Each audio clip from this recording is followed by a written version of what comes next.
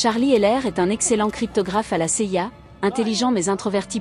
Il mène une vie tranquille avec sa femme Sarah jusqu'au jour où celle-ci est tuée lors d'une attaque terroriste à Londres. Quand Charlie découvre que sa hiérarchie refuse d'agir, soit par inertie, soit à cause de manœuvres internes, il se sent abandonné par l'agence qui devrait protéger les innocents. Déterminé à obtenir justice, Charlie fait chanter ses supérieurs. Il exige un entraînement spécialisé et les ressources nécessaires pour pourchasser lui-même les responsables du meurtre de sa femme.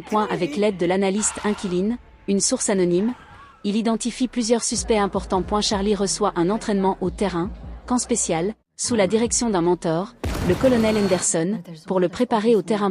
Elle entreprend une traque qui le mène dans plusieurs grandes villes, Paris, Marseille, Istanbul, Madrid, etc.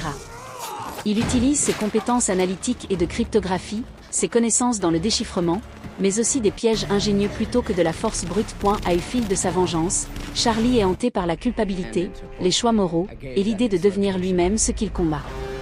Finalement, Charlie confronte Horst Schiller sur un navire basé en mer Baltique.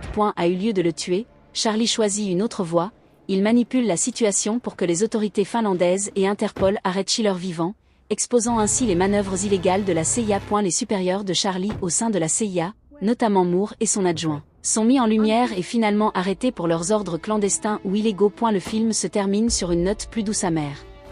Charlie finit de restaurer l'ancienne Cessna que Sarah lui avait offerte, puis la fait voler, symbole de résilience et de reconstruction après la douleur.